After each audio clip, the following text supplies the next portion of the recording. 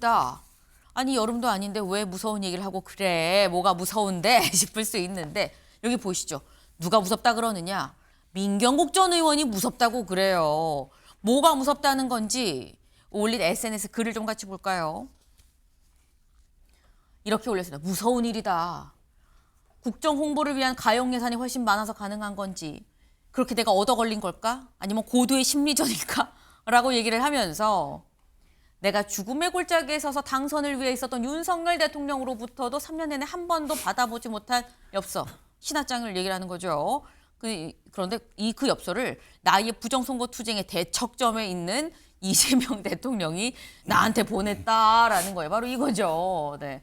뭐 새해 복 많이 받으세요의 취지로 지금 이 근하신년 이 엽서를 좀 보내왔다라는 거예요. 근데 여기에 대해서 아까 민경욱 의원이 뭐라고 얘기를 했느냐. 내가 얻어 걸린 건가? 아니면 전략적인 차원의 큰 그림인가? 라고 얘기를 했어요. 박창환 교수님, 뭐라고 봐야 되는 겁니까? 글쎄요, 뭐 한 4만 8천여 분 정도에게 보냈다 그래요. 그런데 네. 그 4만 8천여 분 중에 전현직 국회의원들한테 안 보냈을까요? 뭐 그렇게 본다면 전직 국회의원들한테도 네. 신년 인사장을 보내지 않았을까, 이제 그렇게 보는 게 맞는 것 같고요. 다만 이제 의아스러운 거는 윤석열 정부에서는 왜 못 받았냐? 전현직 의원들한테도 안 보내고, 솔직히 말해서 그러면 뭐 소위 말해서 미운 사람한테는 안 보낸 거 아니냐, 뭐 이렇게 해석될 수밖에 없는 거예요. 자기 사람들만 챙겼나? 뭐 이런 이제 생각도 드는 거고, 좀 그런 점에서 민경욱 의원이 받은 게 맞는 거지 안 받은 게 이상한 거 아닌가? 이런 생각이 듭니다. 네. 오히려 의문의 일패는 윤석열 전 대통령 아니냐. 왜냐하면 아니 지금 당연히 전현직 의원들 보내 4만 8천 명 중에 전현직 의원 안 들어갔겠냐. 그럼 받는 게 맞지. 오히려 그때 왜 못 받았어? 라는 얘기가 나올 수밖에 없다라는 건데. 근데 이런 글을 지금 SNS에 올렸죠. 근데 여기에 대한 답글로 이런 답글이 달렸습니다. 뭐냐? 혹시 선관위원장으로? 라는 얘기가 달렸다는 거예요. 네, 최수영 의원님. 네. 지금 이해운 의원이 지금 기획예산처장으로 지금 얘기가 좀 나오고 네. 있잖아요. 후보로 좀 됐죠. 네.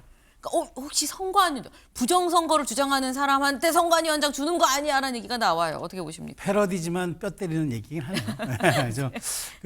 어쨌든 저는 민경욱 의원과 저는 청와대 근무할 때 대변인과 선임행정관으로 같이 근무했던 또 그런 인연도 있는데, 저는 이렇게 봐요. 고도의 심리전일까 하는 말이 뭐냐면, 물론 전현직 의원들에게 통으로 보내도 사실 거르려면 거를 수도 있어요. 그런데 굳이 저렇게 한 거는, 물론 뭐 거르는 비용이 더 클 수는 있습니다만은, 실제로 지금 중원확장을 하겠다는 의지는 분명히 있는 것 같아요, 이재명 대통령이. 네. 그래서 뭐 김성식 의원, 이해운 의원 등등 하는데, 지금 어쨌든 국민의힘 입장에서는 아직도 중도 수용이 안 되는 상황에서 그 빈 공간을 이재명 대통령이 지선을 앞두고 효과적으로 공략하는 차원에서 저렇게 물론 저걸 민경욱 의원이 올리지 않았으면 아무도 몰랐을 일이지만, 네. 이렇게 한번 소환했기 때문에 이재명 대통령이 굉장히 말하자면 전략적으로 지금 이 부분을 접근하고 있다.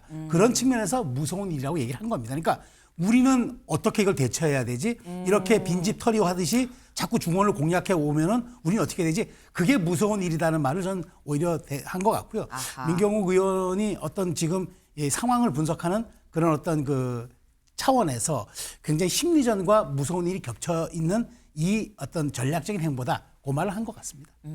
지금 이재명 대통령이 중원을 향하고 있는 요 흐름, 방향 자체가 빈집을 털리는 것 같은 그런 느낌의 지금 보수의 입장에서는 무서운 일이 아닐 수 없다라는 말씀이에요. 네. 근데 사실 이렇게 지금 사실 이 모든 여파가 이해운 전 의원이 기획예산처 장관으로 지금 지명이 되면서부터 그 어떤 후폭풍의 느낌으로 쭉 지금 이어지는 상황이라고 봐야 되는 건데, 이런 상황에서 이진숙 전 방통위원장은 이렇게 얘기를 했습니다. 잠깐 들어보실까요? 처음에 이재명 대통령이 첫 국무회의 들어왔을 때 네. 그때 남아있던 국무위원들하고 악수를 했습니다. 저보고도 사실상 상당히 반갑게 그렇게 악수를 웃으면서 하더라고요. 이 자리에서 뭐 만나게 돼서 반갑다는 식으로 악수를 했는데, 만약에 저도 잘된 관세 협상이었다 이렇게 얘기를 했거나, 아니면 지금 대통령이 하는 그 정책에 대해서 지지하는 정말 그 잘된 정책이었다라고 했으면 아마 저도 유임되지 않았을까 싶습니다. 네. 박창환 교수님. 지금 이진숙 전 방통위원 나도 잘했다 하면은 나도 위임됐을 걸이라고 지금 얘기를 하거든요. 그렇게 보십니까? 이재명 대통령이 이번에 보여준 메시지는 뭐 정치적으로 해석하면 중원 확장이다라고 얘기를 하셨지만 사실 국민들에게 던지는 메시지는 간단해요.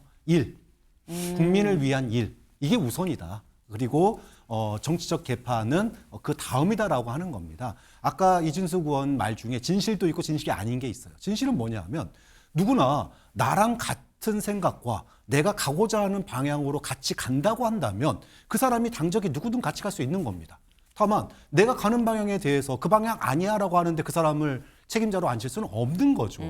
그런 점에서 당신 잘했어 박수 쳐주고 아부한 사람 데려간 게 아니라 이 내가 가고자 하는 방향 네. 이제 미국과의 그 협상이라든지 어떤 그다음에 국민들을 위해서 우리가 국가 재정을 갖다가 안정적으로 또 그렇지만 또 일종하게 확장 재정도 해야 되고 이런 방향성에 대해서 공감하는 사람이라면 그 사람이 당이 어디든지 간에 쓰겠다라는 게 메시지인데 지금 이준숙 전 방통위원장 얘기는 아부한 사람 데려가고 내가 아부 안 했으니까 안 쓴 거다라고 하는 얘기는 절반만 맞는 얘기 아니냐. 그리고 국민들도 지금 뭐 이해운 전 의원뿐만이 아니라 이재명 대통령은 항상 일관되게 얘기를 하고 있습니다. 일 중심, 그다음에 업무를 잘하는 사람이라면 네. 그리고 그 방향이 나와 다르지 않다면 당적과 상관없이 누구든 데려다 쓰겠다라고 하는 네. 그런 메시지를 분명하게 던지고 있고 앞으로도 이런 일들이 아마도 몇 번은 더 일어날 거다. 그렇기 때문에 아부하는 사람이 아닌 같은 방향을 보고 있는 사람이라고 얘기하는 게 맞겠죠. 네. 아부하는 사람이 아니라 일 잘하는 사람 그리고 같은 방향 보는 사람을 픽한다는 거 아니겠느냐라고 지금 말씀을 하셨는데 아마도 이런 일이 앞으로 몇 번 더 있을 거예요 라는 말씀을 하셨어요. 중원 공략으로 보여지는 이런 인사가 더 몇 건 더 있을 겁니다 라고 지금 말씀을 하셨는데 그래서인지 요즘에 혹시 이 사람도 저 사람도 거론되는 사람들이 있죠. 특히나 박수현 대변인이 이 사람은 내가 좀 욕심이 납니다 라고 얘기한 사람이 있어요. 누군지 직접 들어보시죠. 적극 환영하는데 조경태 의원이 하신 말씀 예. 우리 당의 혁신을 위해서 재건하는 게 뭐 말씀을 하시는데 저 말씀은 누구나 그냥 질문 받으면 할 수 있는 말이다. 개인적으로 욕심이 나서 그렇습니다. 성실하고 노력을 많이 하시는 분이라 예. 개인적 욕심으로 조경태 의원님의 말씀을 제가 순수하게 다 받아들이지 못하고 네, 조경태 의원의 해수부 장관 설이 있었죠. 그거에 대해서 물어보니까 사실 저는 좀 욕심이 납니다라고 그렇게 얘기를 지금 해요. 그러면서 뭐 당 재건 말씀을 하시지만 그거는 뭐 원론적인 얘기 아닙니까라고 지금 말씀을 하시는데 마침 또 이 해수부 장관 설이 돌던 그 시점 이젠 작년이 됐죠. 12월 31일 조경태 의원이 어딜 가느냐 이 한국 해운조합을 또 방문을 합니다. 그래서 내양 해운업계 현장의 목소리를 직접 듣는 이런 일정이 있었다라는 거예요. 최수영 의원님. 네. 깜박의 날짜 배 떨어지는 것 아닌가 그런 생각도 들긴 네. 하는데 저는 조경태 의원이 굉장히 그 육선이지만 그동안 사실 변별한 자리 하나 맡은 적은 없어요. 상임위원장만 한번 해봤고 입각하거나 이런 적이 없어서 욕심 날 수는 있다고 봐요. 근데 조경태 의원이 원래 출신이 어디입니까? 민주당이잖아요. 네. 민주당에 있다가 보수정당 계열 그때 이제 새누리당 쪽으로 이제 온 분 아닙니까? 네. 그렇기 때문에 이제 다시 돌아갈 순전은 있다고 보이죠. 원래 고향이니까. 그런데 저는 이렇게 봅니다. 원래 어려울 때 그 해주는 게 사람의 진짜 인연인 거고 그게 당에 대한 충성인 겁니다. 근데 저는 이재명 대통령의 저런 식의 그러니까 접근 방법, 일종의 사람 빼가기가 과연 통합이고 그것이 국민 통합의 순기능으로 기여할까? 전 그렇게 안 봐요. 통합이라는 거는 사람을 설령 모시더라도 상대 진영의 동의를 얻고 모셔야지 그게 비로소 통합이라는 가치로서 확산이 되는 거지 특정 사람 몇 명 빼와서 특정 자리에 기용한다고 그게 진정한 통합인가 아닐 수 있어요. 그래서 저는 오히려 조경태 의원이 정말 선택하기가 어려울 수 있다는 생각이 들어요. 지금 가게 되면 욕심은 나겠지만 욕심이 네. 안 나겠어요. 해수부 장관이고 본인 지역구인데. 그렇지만 저는 그럼에도 불구하고 육선 의원으로서 지금 당에 뿌리박고 있는 그런 중진 의원으로서 선택하기 쉽지 않다는 게 저는 저희 개인적인 생각입니다. 네.